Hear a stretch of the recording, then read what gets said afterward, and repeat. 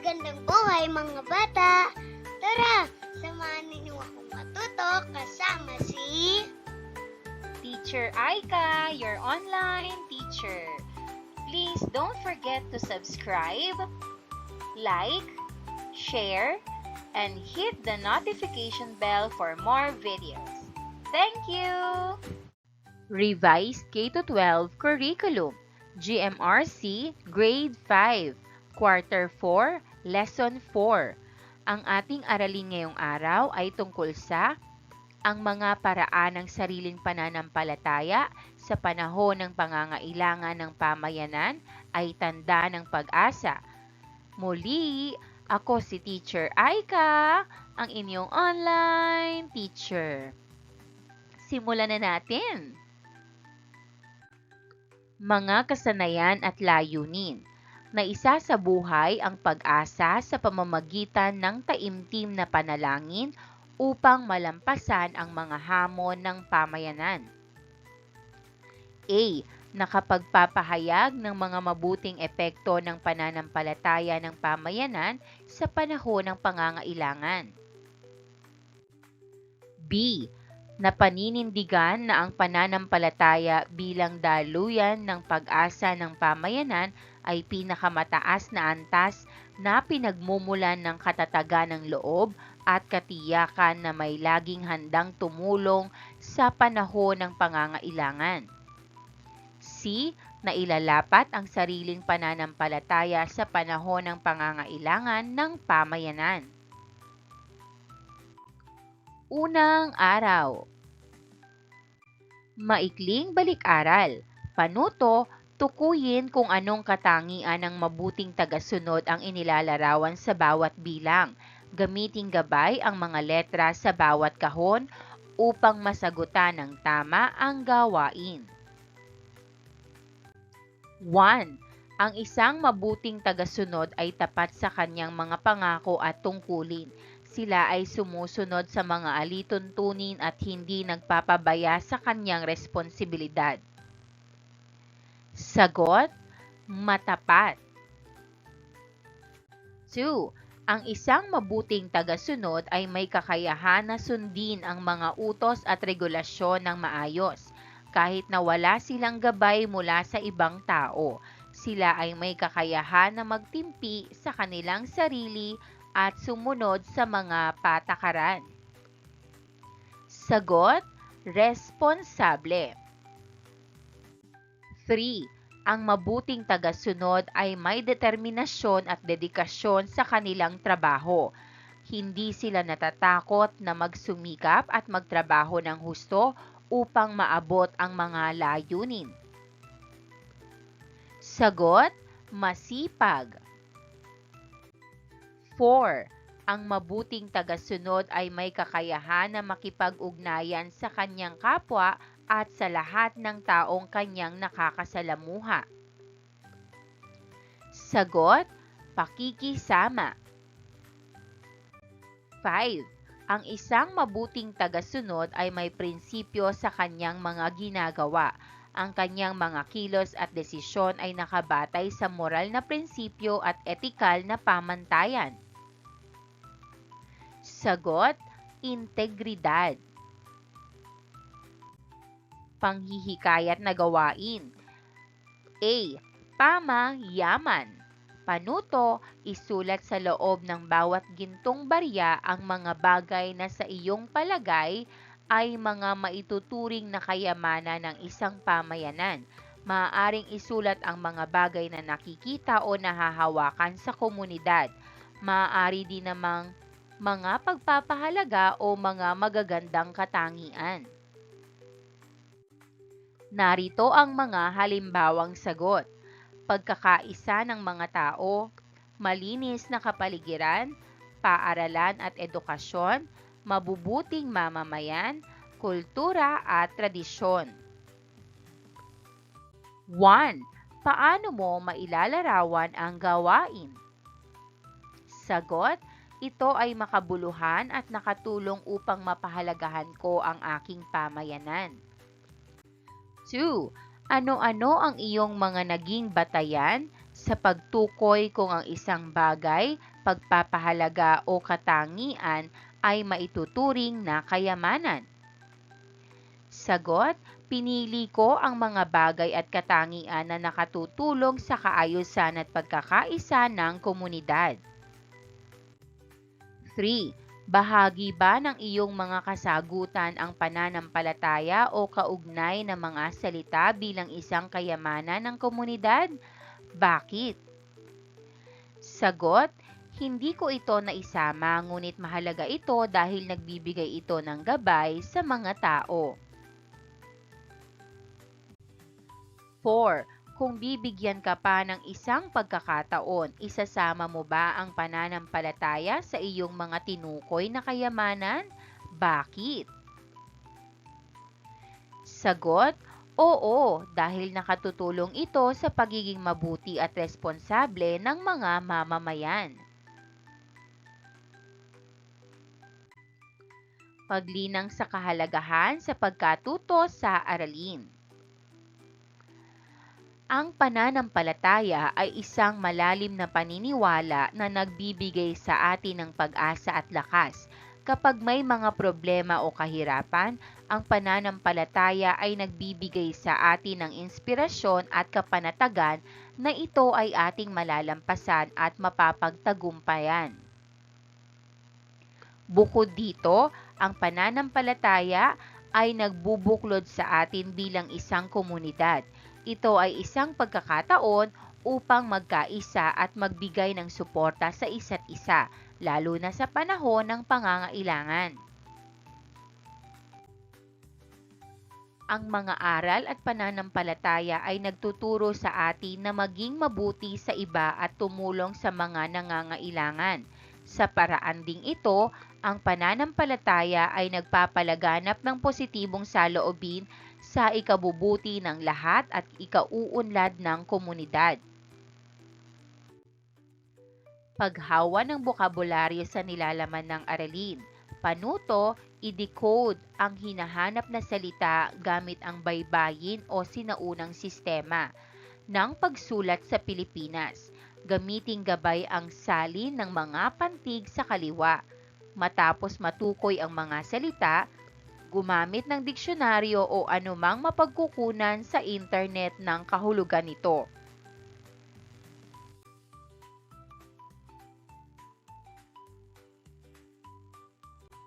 One. Sagot, daluyan, lugar o daanan ng pagdaloy ng tubig. 2. Pag-asa, paniniwala o tiwala na may magandang mangyayari. 3. Paglilingkod, pagtulong o paggawa ng mabuti para sa iba ng bukal sa loob.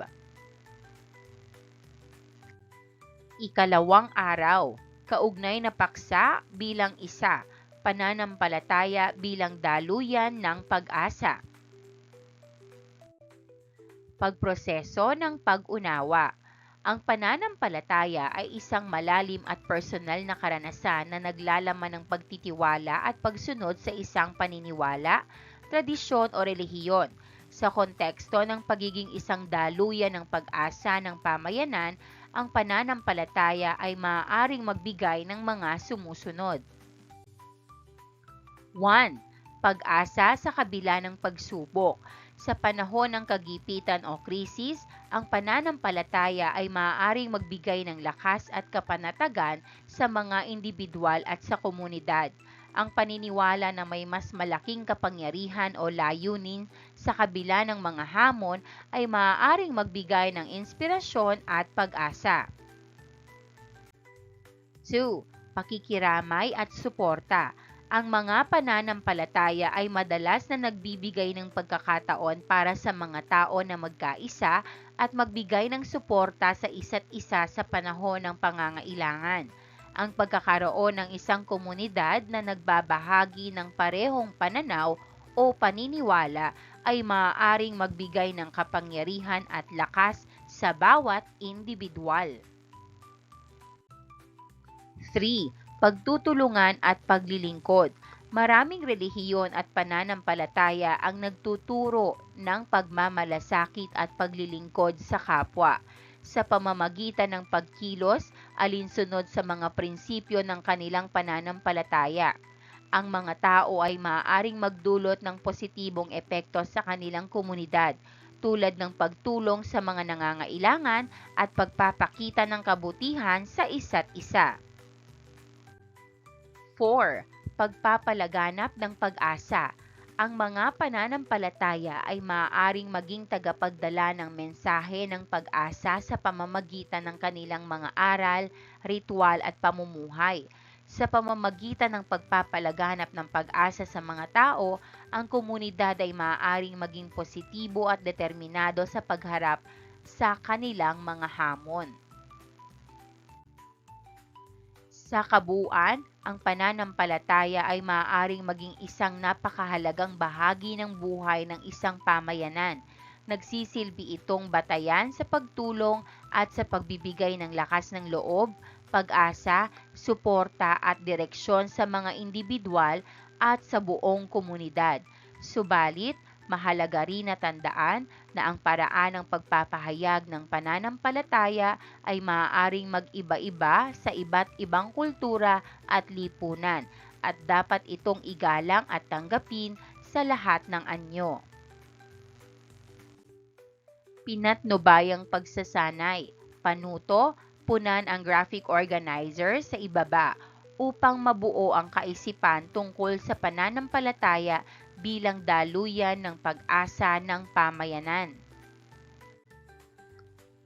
Tirahan o pamayanang kinabibilangan, barangay, malinis, mapayapang komunidad, matulunging mga kapitbahay, mga relihiyon sa komunidad, Katoliko, Kristiyano at Muslim. Pinakamatinding pagsubok na kinaharap ng iyong pamayanan, bagyo at pagbaha. Paano nyo ito nalampasan? Sa pagtutulungan, panalangin at bayanihan. Realisasyon o aral mula dito. Ang pananampalataya at pagkakaisa ang nagbibigay ng pag-asa sa komunidad.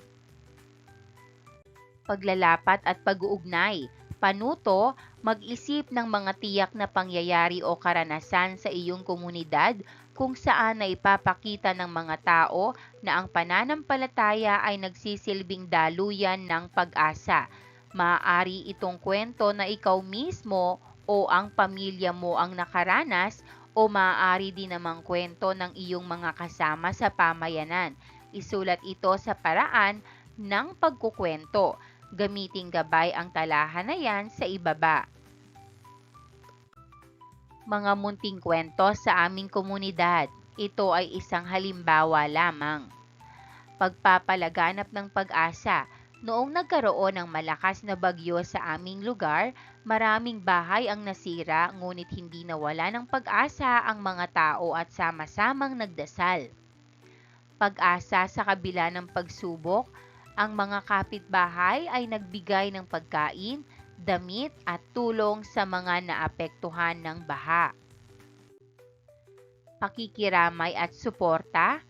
Naglinis ang mga tao sa kalsada at nagtulong-tulong upang maibalik ang ayos ng komunidad.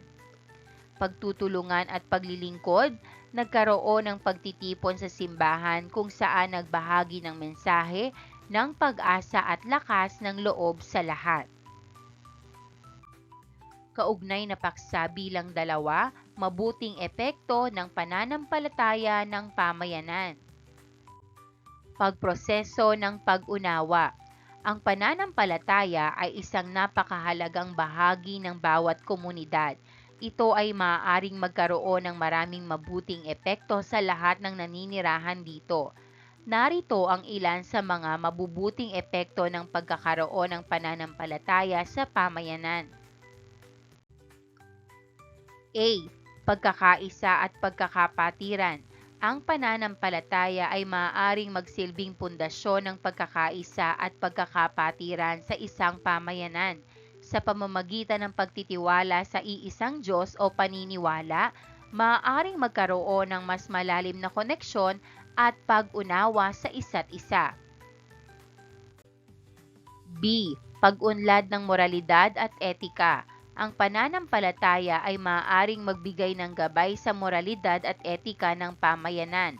Ang mga prinsipyong itinuturo ng pananampalataya tulad ng pagmamahal sa kapwa at pagiging mabuti sa iba ay maaaring maging gabay sa paggawa ng mabubuting desisyon at pag-uugali sa loob ng pamayanan.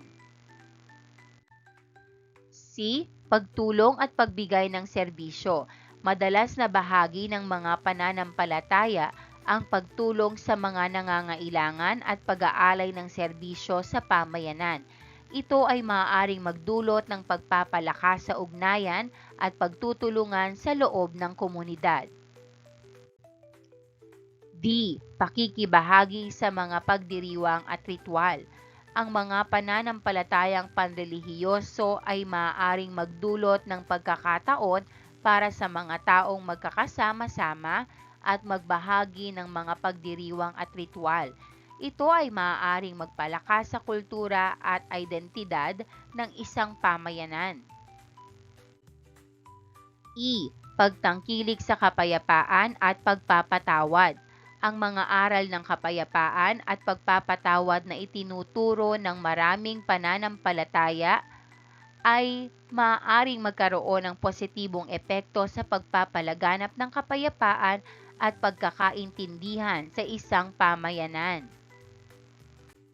Sa kabuuan, ang pananampalataya ay maaaring magsilbing pundasyon ng positibong pagbabago at pag-unlad sa isang pamayanan sa pamamagitan ng pagpapalakas ng ugnayan sa pagitan ng mga miyembro, pagtulong sa kapwa at pagtataguyod ng mga prinsipyong moral at etikal.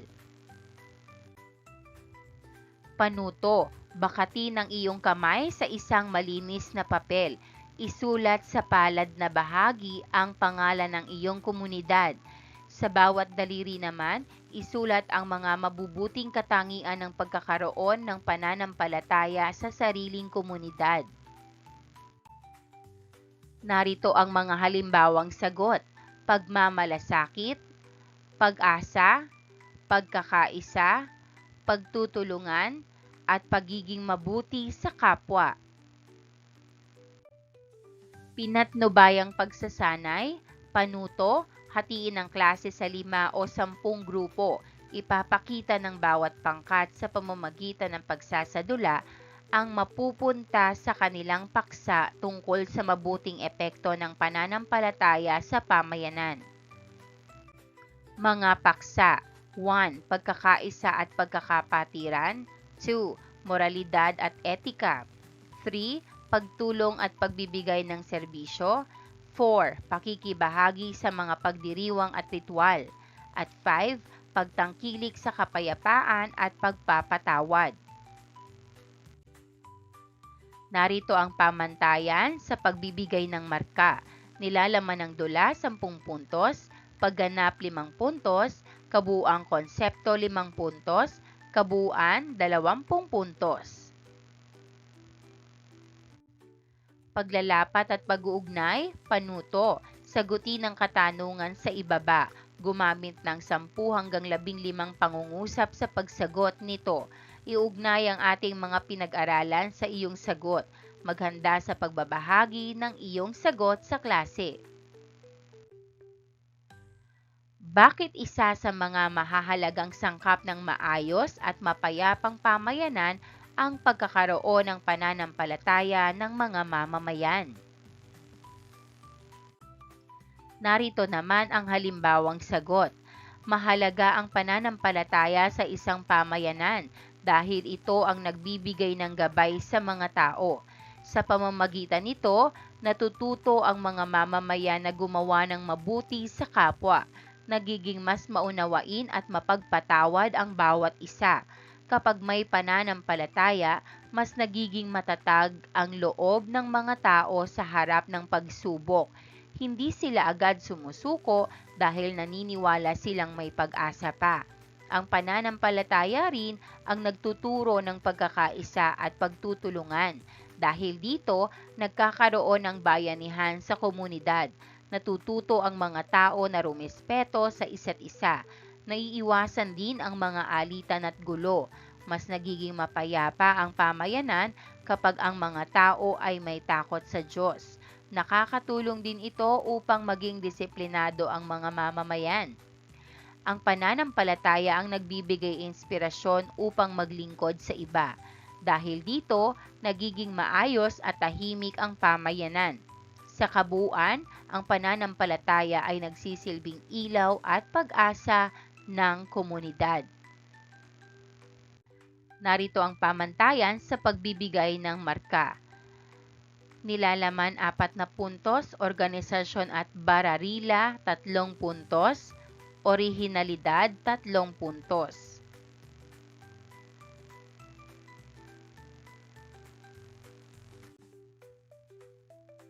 Ikatlong araw. Kaugnay na paksa bilang 3, pagsasabuhay sa sariling pananampalataya sa panahon ng pangangailangan ng pamayanan. Pagproseso ng pag-unawa.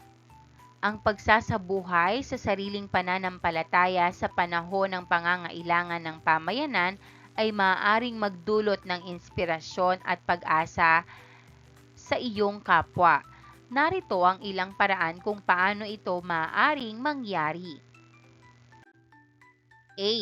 Pananalig sa Diyos. Sa panahon ng pagsubok, mahalaga ang pagpapalakas ng pananampalataya sa Diyos o sa Kanyang kapangyarihan sa pamamagitan ng panalangin, pagsamba at pagtitiwala sa mga plano ng Diyos. Maaaring maging matibay ang pagtitiwala ng pamayanan sa harap ng mga hamon. B. Pagtutulungan. Ang pagkakaroon ng malasakit at pagkakaisa sa komunidad ay mahalaga upang malampasan ang mga pagsubok. Sa pamamagitan ng pagtutulungan at pagbibigayan, maaaring mapalakas ang ugnayan sa pagitan ng mga miyembro ng pamayanan. C. Pagmamalasakit sa kapwa. Ang pagpapakita ng pagmamalasakit sa kapwa, lalo na sa mga nangangailangan, ay mahalaga sa pagpapasigla ng espiritu ng pagtulong at pagkakaisa sa komunidad.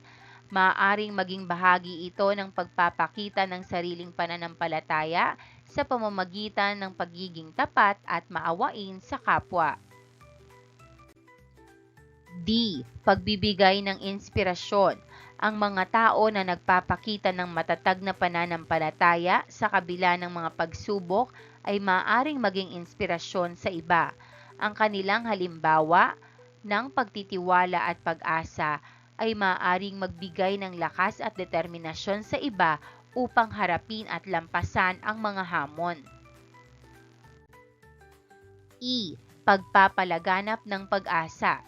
Sa pamamagitan ng mga salita ng pag-asa at pagtitiwala sa kabila ng mga pagsubok, ito ay magiging isang instrumento sa iba sa pagpapalaganap ng positibong pananaw at pag-asa sa hinaharap.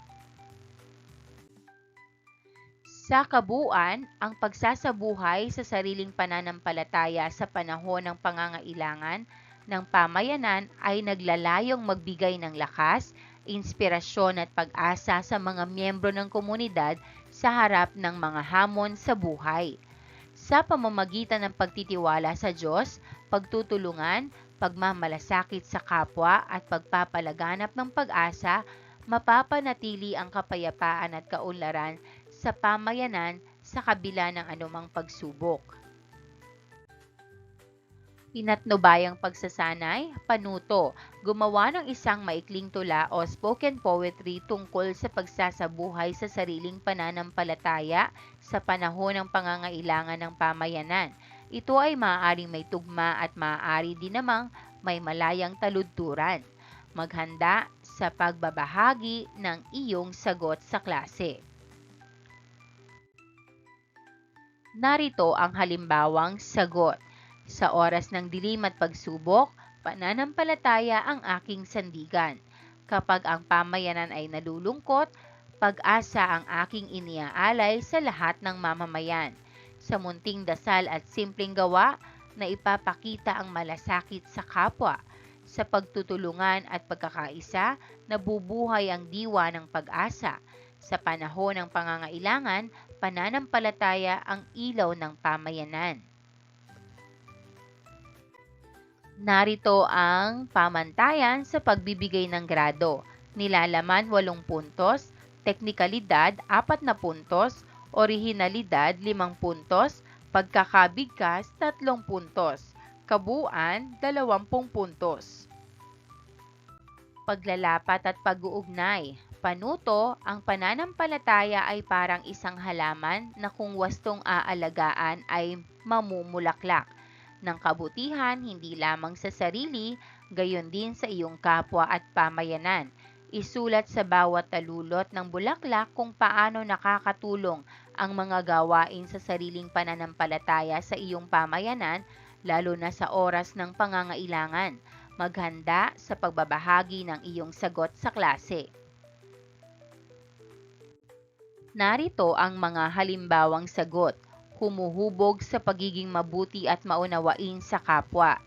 Nagbibigay ng pag-asa sa mga tao sa oras ng pagsubok.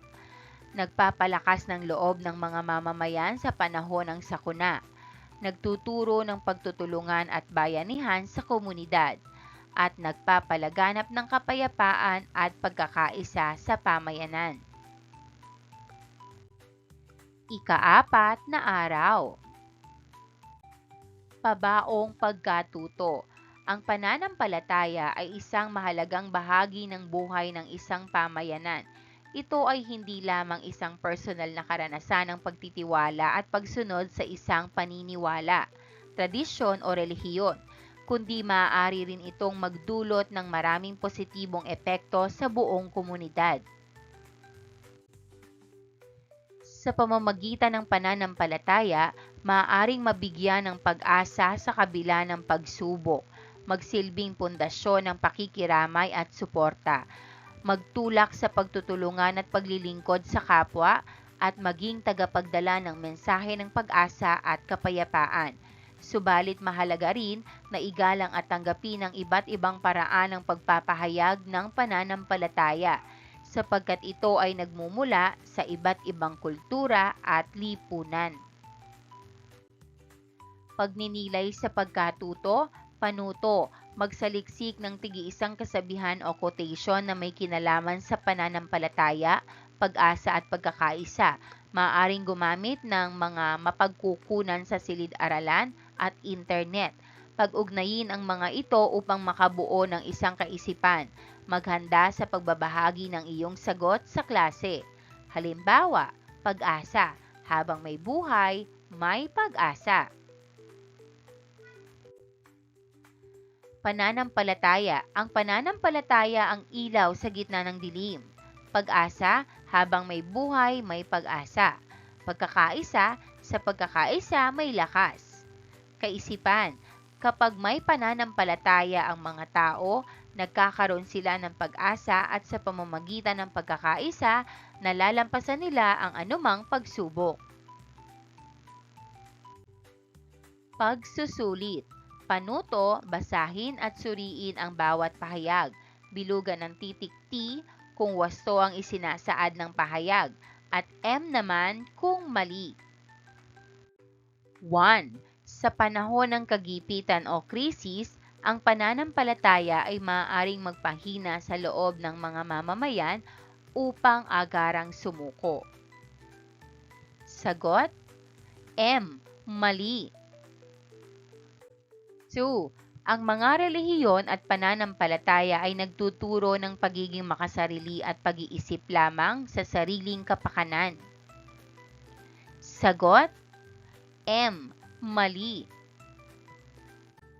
3.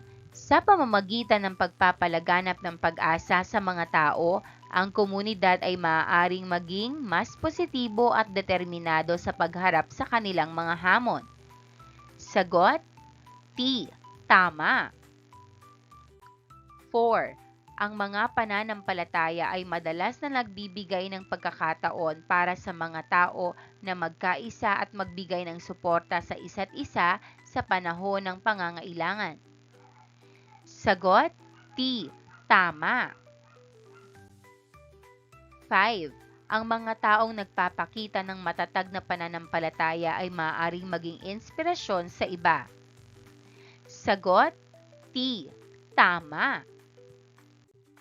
6. Ang mga pagsasanay sa pananampalataya ay maaaring magdulot ng pagkakawatak-watak ng mga tao sa komunidad.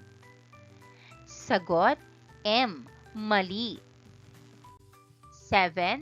Hindi hadlang ang pagkakaiba-iba ng pananampalataya upang magkaisa at magtulungan ang mga mamamayan sa pamayanan. Sagot M. Mali. 8. Sa panahon ng pagsubok, mahalaga ang pagpapalakas ng pananampalataya sa Diyos o sa Kanyang kapangyarihan sa pamamagitan ng panalangin, pagsamba at pagtitiwala sa mga plano ng Diyos. Maaaring maging matibay ang pagtitiwala ng pamayanan sa harap ng mga hamon. Sagot T. Tama. 9. Ang pananampalataya ay isang yaman ng pamayanan na nagpapatatag at nagpapatibay sa samahan ng bawat isa. Sagot T. Tama. 10. Ang mga aral ng pananampalataya ay nagtuturo sa atin na unahin ang sarili, lalo na sa panahon ng pangangailangan, upang mapanatili ang pansariling kabutihan. Sagot M. Mali. Gawaing pantahanan o takdang aralin. Panuto, mag-survey sa iyong pamayanan. Pumili ng 10 hanggang 15 tao mula sa kinabibilangang komunidad.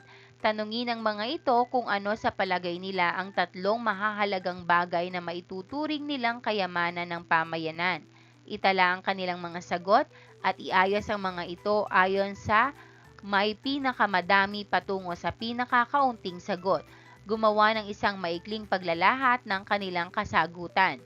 Maghanda sa pagbabahagi ng iyong kasagutan sa klase. Maraming salamat sa panonood! Huwag kalimutang i-like at mag-subscribe para sa higit pang educational content. I-click ang bell icon para ma-update ka sa ating mga bagong video. Salamat!